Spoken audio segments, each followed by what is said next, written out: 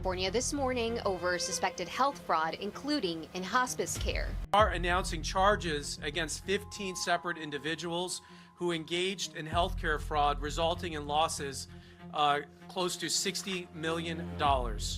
Is a seven-fold increase in hospice in LA County. Sevenfold. On paper, it looked legal.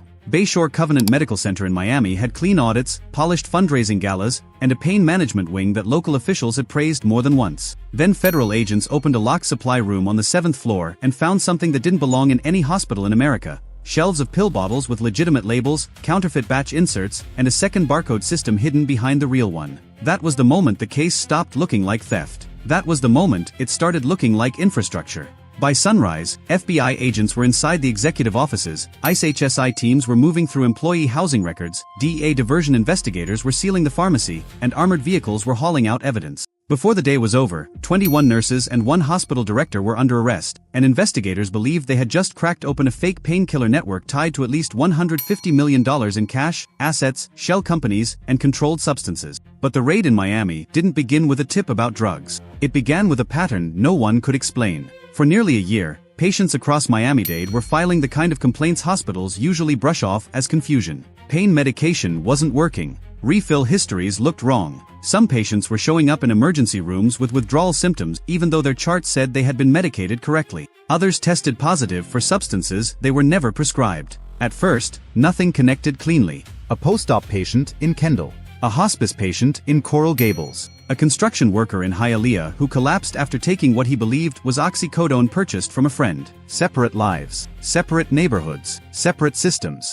But when DOJ analysts and DEA investigators started comparing lot numbers, discharge timelines, and controlled substance logs, one name kept surfacing in the background. Bayshore Covenant. Not always directly. Sometimes through a discharged patient. Sometimes through a visiting nurse. Sometimes through a pharmacy transfer or a home health referral. But the trail kept bending back to the same hospital, like every thread in the city had been stitched into one hidden seam. And almost every time investigators got close to understanding the pattern, one signature appeared on an approval chain, an inventory override, or an emergency staffing exception. Director Elena Varela. At first, Varela didn't look like the villain in a federal case. She looked like the kind of executive hospitals love to showcase. Mid-40s. Fluent in policy language. Publicly committed to patient access. Photographed at charity events, quoted in local health panels about ethical care in underserved communities. That made her useful. And later, according to prosecutors, that made her dangerous. The early theory was simple. Someone inside the hospital was diverting authentic painkillers out of the system and selling them on the street.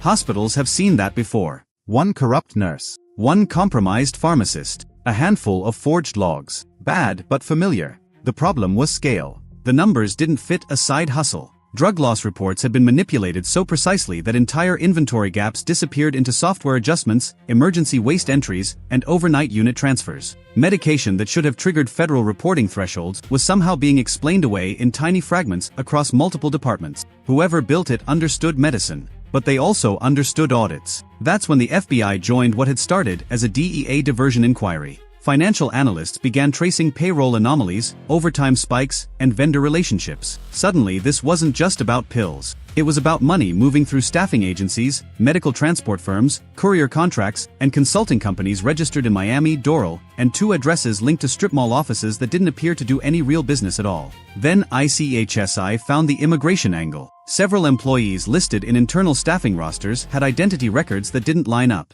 A few were real people whose social security numbers had been used by someone else. Others had documents linked to dormant fraud investigations involving labor brokers moving workers through South Florida under false papers. The fake painkiller network wasn't just hiding behind hospital systems. It was using human beings as camouflage. Some workers, prosecutors later claimed, were knowingly involved. Others may have had no idea they were carrying anything more than sealed medical packages, relabeled supply bins, or after-hours courier load. And that changed the case again. Because now investigators weren't looking at a theft ring. They were looking at an ecosystem. The first real break came from a patient complaint that should have gone nowhere. A 62-year-old woman named Teresa Molina underwent spinal surgery and said the medication she was given during recovery felt empty.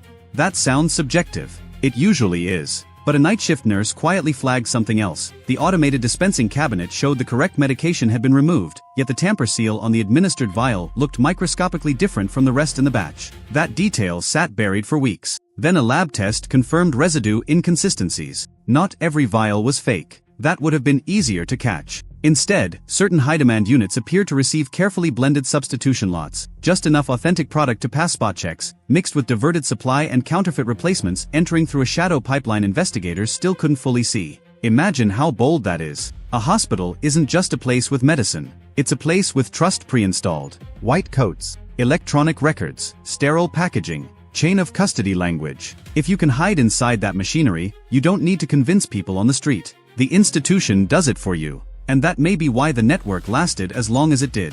By then, agents were pulling surveillance from loading docks, employee entrances, and off-site storage units. One video, captured just after 2 a.m., showed a nurse supervisor wheeling what appeared to be a standard red biohazard cart through a service corridor near radiology. Minutes later, the same cart emerged from a side freight elevator, was loaded into a white laundry van, and left campus without logging through the disposal chain. That van didn't go to a waste facility. It went to a warehouse in Alapata. When agents later searched that site, they found one of the most disturbing visual moments in the entire case. Rows of heat-sealed pharmaceutical packaging on stainless tables, label printers still warm, pill presses broken down under plastic sheets, and hospital-grade gloves stacked beside counterfeit inserts designed to mirror legitimate opioid medications. This wasn't sloppy street-level packaging. This was procedural. Someone had studied how institutions look from the inside, and built a criminal version of that reality. Still, investigators were missing the bigger answer. Why would a hospital-based network need IC, FBI, DEA, and DOJ all in the same room? Then came the mid-twist. The pills were only half the business. What the task force uncovered next was a parallel machine running through patient records, discharge codes, telehealth referrals, and phantom pain management follow-ups. According to the federal complaint, legitimate patient identities were being recycled after discharge, after transfer, and in some cases even after death. Their records were used to justify medication movement, insurance billing,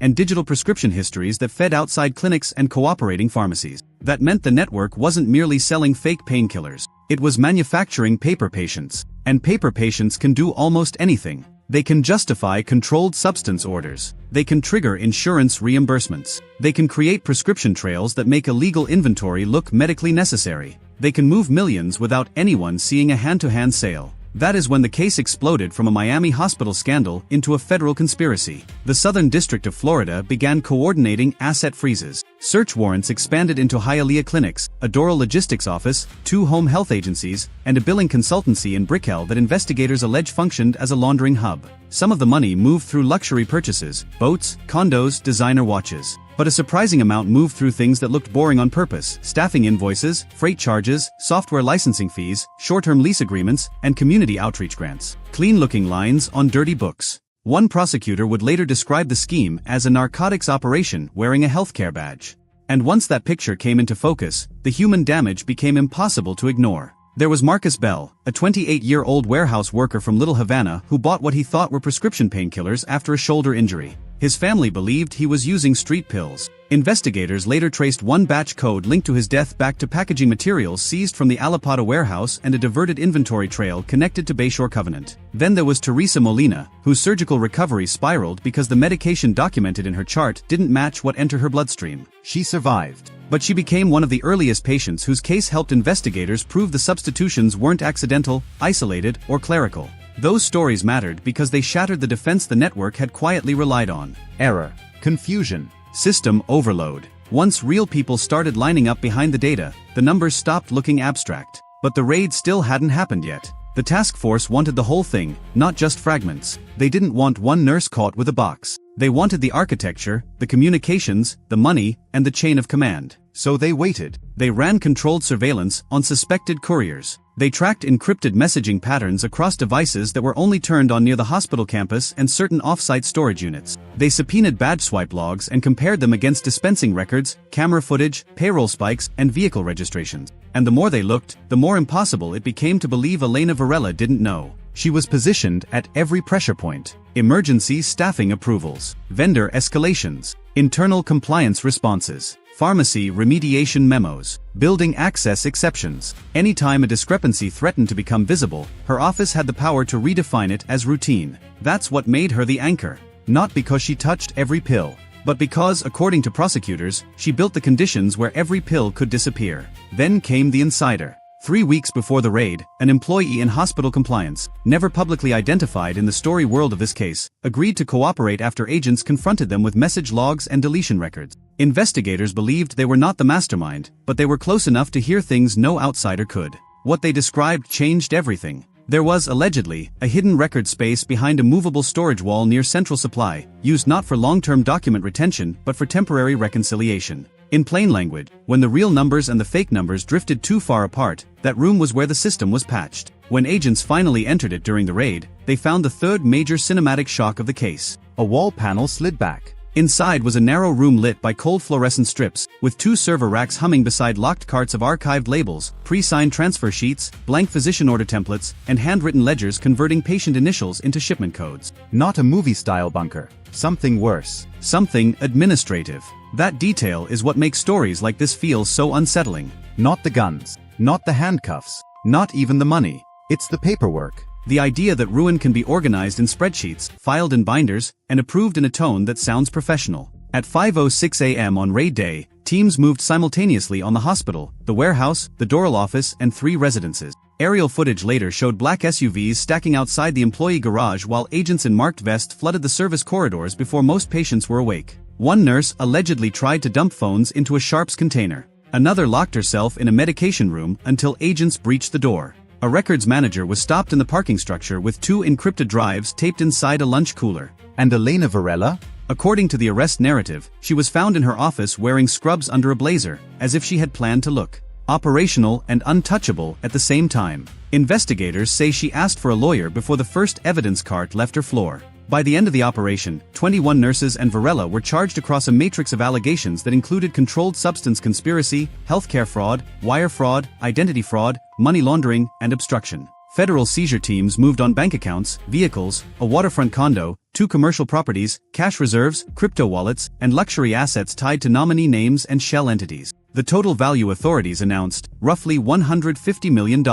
But the most chilling question wasn't how much they seized. It was how much they missed before the doors came crashing open. Because once federal affidavits started surfacing, it became clear this network may have survived not by being invisible, but by being explainable. Every anomaly had a bureaucratic disguise. Every missing unit had a form. Every fake person had a chart. Every suspicious payment had an invoice. That's the real power of a system like this. It doesn't hide outside trusted institutions. It hides inside the language of them. And that forces a harder question. How many people were truly in on it? Prosecutors painted a layered hierarchy: core operators who knew exactly what they were doing, facilitators who handled logistics and records, compromised medical staff who looked the other way, and peripheral workers who may have believed they were just moving inventory inside a chaotic hospital machine. That ambiguity will likely become the battlefield if this case ever reaches a full courtroom climax. Because conspiracy cases thrive on gray zones. Who knew the pills were fake? Who knew patient identities were being reused? Who knew IC was tracing labor records because the staffing pipeline itself had become part of the concealment strategy?